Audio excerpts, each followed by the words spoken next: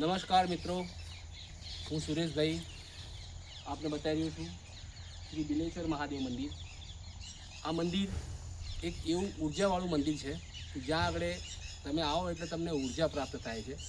કેમ કે અહીંયા એક કહેવાય ને કે ભાઈ પ્રાકૃતિક હિસાબે અહીંયા 7 બીલીના ઝાડ છે। જુઓ તમે આ બતાવો, 7 બીલીના ઝાડ, 1 2 3 4 5 6 7 7 બીલીના ઝાડ છે। તમે જુઓ એ બીલીના ઝાડના હિસાબે અહીંયા અમે આ શિવજી ભગવાનની અહીંયા સ્થાપના કરી છે।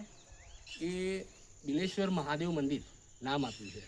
અને ડાકોર જતાં આપ લાડવેલ ચોકડીથી ડાકોર જતાં રસ્તામાં જ આ એક આપણો જે પ્રોજેક્ટ છે શ્રી રાધેકૃષ્ણ રેસિડેન્શિયલ 75 બંગલોનો પ્રોજેક્ટ છે, ચેતરસુંબા પાટિયા। ત્યાંથી તમે આ પ્રોજેક્ટમાં આવશો એટલે અહીંયા આપણા પ્રોજેક્ટની અંદર આપણે આ શિવજી ભગવાનની સ્થાપના કરી છે। અને એ સ્થાપના હમણાં 2 વર્ષથી થઈ છે।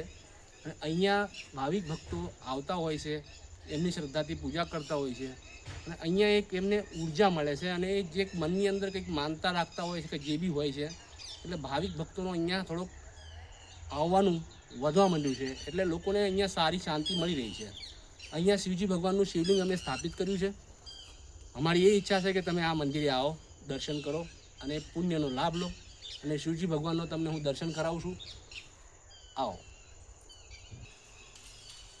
जय भोले बाबा, जय भोले बाबा, जय भोले बाबा। बिलेश्वर महादेव जे अमे मंदिर बनाव्યું છે, જે શ્રદ્ધા છે અહીંયા આપણે શિવજી ભગવાનનું શિવલિંગ સ્થાપિત કરેલું છે। આપ જોઈ શકો છો કે નાનકડું જ મંદિર છે પણ બહુ પવિત્ર મંદિર બનવા જઈ રહ્યું છે, જ્યાં લોકોની શ્રદ્ધા વધતી જાય છે। આપ પણ તમે આ બાજુ આટો મારો તો એકવાર દર્શન કરો અને તમે આ લાભ લો। જય ભોલેનાથ।